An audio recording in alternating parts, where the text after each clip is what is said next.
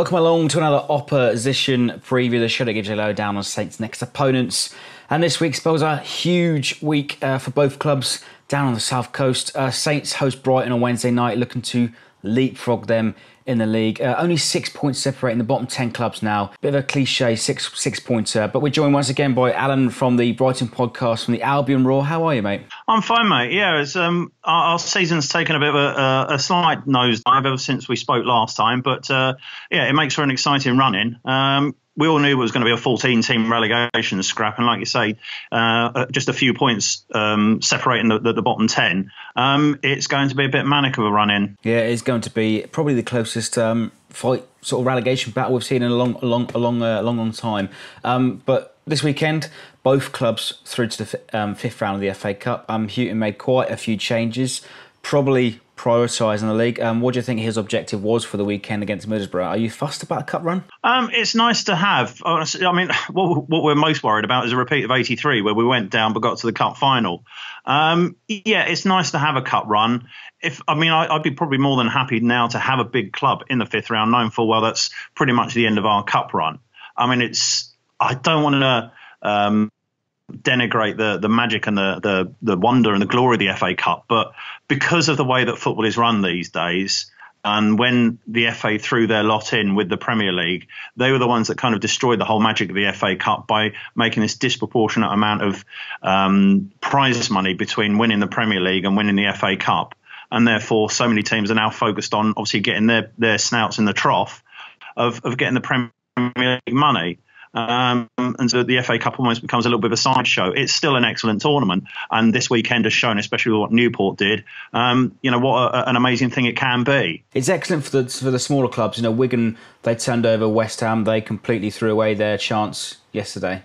No, it's all good, and the fifth round draw will be a fascinating thing. Who knows? We might get each other, yeah, I think that probably, both Brighton and Southampton's priorities must be the league on account of the fact that, well, there's just so much more you can do as a Premier League side. Yeah, and this month, both clubs broken their record transfers so far this season. Brighton have brought in Dutch forward Jurgen Locadia from PSV, £14 million. Have you seen much of him? Is he in with any sort of chance of playing at St Mary's on Wednesday? As I understand, he's injured. I think he's going to be ready in a couple of weeks' time. I think that, to buy an injured player, you scratch your head, but knowing full well that it's not a long-term injury. So, and he's got some excellent stats in the Eredivisie. So he's going to offer us what we don't have. Now, in Glenn Murray and Tom Hammond, we have strength and height, but we don't have a great deal of pace. In Sam Baldock, we have a certain amount of pace, but we don't have a huge amount of strength. And so this fella hopefully is going to offer a little bit of both. And if he's going to play alongside the prospect, we don't know right now, the prospect of the returning Leo Ajoa, it could be a little bit more of an exciting time for us. Yeah, Alan Murray got on the score sheet once again at the weekend, right in the midst of that sort of allegations about sort of tax fraud and things like that. He caused us so many problems at the Amex last time. He's that kind of player. I mean, some of his approach play needs working on. He'll always try and win a foul. He probably maddens the opposition fans. He's a little bit of a bit of a cult hero for us. Yeah, we've got the sort of the nonsense kicking off with the HMRC. Who knows what's? I think it's we're led to believe it's something from a previous life with a different club, but that's by the by.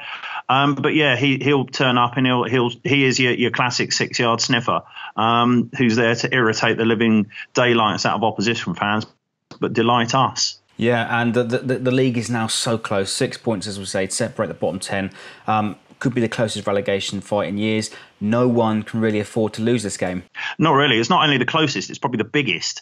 If you've got 10, probably by the time that, April, May comes, then it might thin out a little bit more, or who knows, others might get dragged in. It's actually, in a perverse way, quite exciting. We always knew, it was going to be a struggle for us. I mean, we've exceeded our expectations in as much as we're not propping up the table, which is what we feared could have happened. It could have been anything from propping up the table, doing a Derby County, or flying away with first season luck. But, it's the season we're kind of expecting on the back of the fact that we didn't actually sign a marquee striker in August. But yeah, it's going to be the. To be honest, I'm a little bit surprised at Southampton's positioning that far down. I haven't actually sort of looked so hard as to how and why that is.